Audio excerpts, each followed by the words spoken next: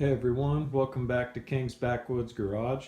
Today we're going to be taking a look at this air filter, try to get some of the bend out of it, and try to fix some of these lines that run down the air filter. Then we're going to clean it, apply new oil to it, and get it ready to go. But first I want to talk to you guys about whenever you're taking your bolts off of your ATV or whatever you're working on. It'll help you out a lot if you try to label and put in bags all the bolts as you take them off. And then if you know how many you need, like in my instance, the Kodiak, it was missing some bolts and washers. So I'm writing down what I actually need, what I have, and that'll make it a lot easier when I go back to order parts in the future. Before we get started on the filter, I went to the store the other day and I got all new fluids for the quad. I got, your typical oil, got some new coolant to do a flush on that, gear oil, here's the cleaner for the air filter, and then I just got some of the simple green cleaner, read a lot of good things about it online, then a little scrub pad, and it was 98 cents, just figured why not. I also got the new battery in today. It's a Pirate battery brand. I'd never heard of it before, but I hadn't really heard of most of them besides X-Side. And it's supposed to have pretty good reviews on Amazon, so I figured why not, because I had a pretty good price as well. I think I picked this up for just under $60. So go ahead and unbox this.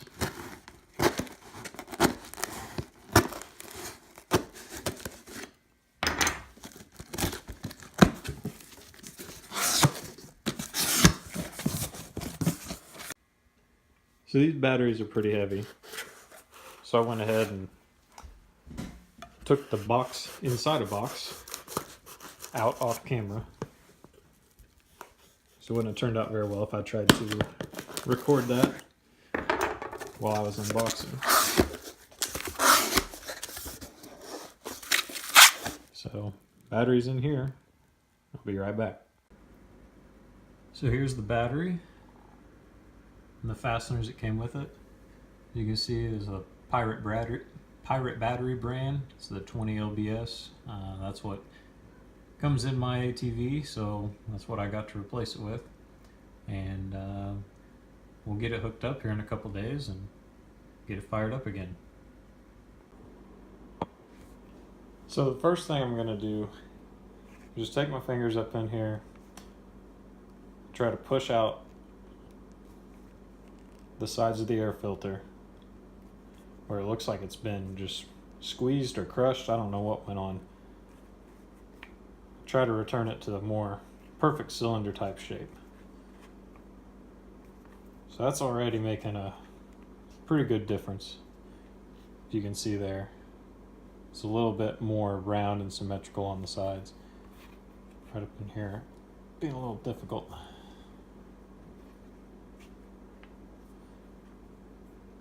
That's how you do that.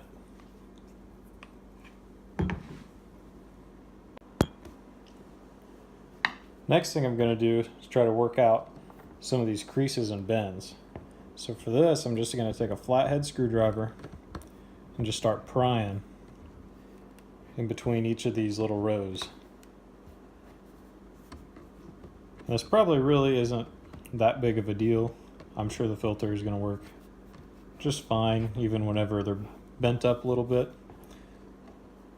But I just want to make it look a little bit better. I wouldn't say I'm a perfectionist, but I like my stuff to look good. Yeah, that's working a little bit. Alright, so I just finished this up. As you can see, it's not perfect, but it looks a heck of a lot better than before. Right through here was where all that real bad ripple was, and you can still see kind of where that was, but it looks a lot better. Now if you're looking here, you can see on the way that the ATV is built, there is like an intake for the air, like an intake hose that puts the air onto the filter.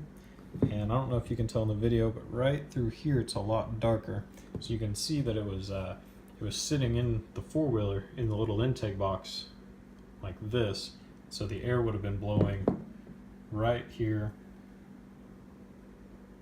basically just over the top and then right onto the filter.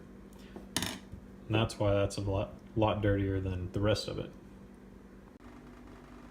Now I've got the shop vac out,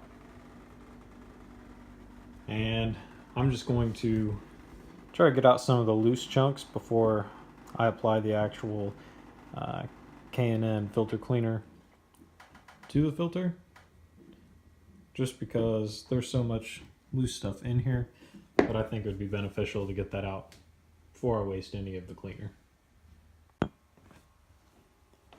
Okay, so I just finished getting the shop vac, getting out all of the really loose dirt. So from here, you're going to want to apply some of this air filter cleaner. So to do this, you're just going to want to try to apply it as evenly as possible, all the way around the filter. Try to make sure you get it on as much as possible, especially if your filter's been sitting for a while, like mine is, and extra dirty. And then once you've got it on, you're going to want to let it sit someplace for 10 minutes and let the cleaner loosen up all the dirt inside. Okay, it's been 10 minutes. So now what you're going to want to do is run water through this air filter from the inside to the outside to knock the dirt and dust out. So we'll get the water running here. Then we'll just take the filter. See all the dirty water coming out? That's what you want. Now you make sure you do this from the inside to the outside so you're not knocking the dirt farther into the filter. That would just be contradictory to what you're trying to achieve. So now when your filter is as dirty as mine was, it could take a while until the water actually runs completely clean coming out. And if your filter is super dirty, you might even need to reapply the cleaner after you've let it dry and go through this process again. And once you're finished with this, you definitely want to let it dry before you start putting the oil on, just to make sure you get everything nice and clean, and it won't be as effective. The filter's still wet when you put all the oil on. So once you're finished up rinsing this out, let it sit there for a little bit, try to get a bunch of the water out of it, and then shake it. Get any last little drops out of it. And then from here, we're just going to take it outside, sit it on the porch, and let it dry. Alright, so we've let the air filter dry out. Now we're going to put on the air filter oil. So what you're going to want to do is put the oil at the top of each ridge and go all the way across with it. Now this oil is red, so you'll be able to see as you put it on, it'll turn the fibers within the filter red.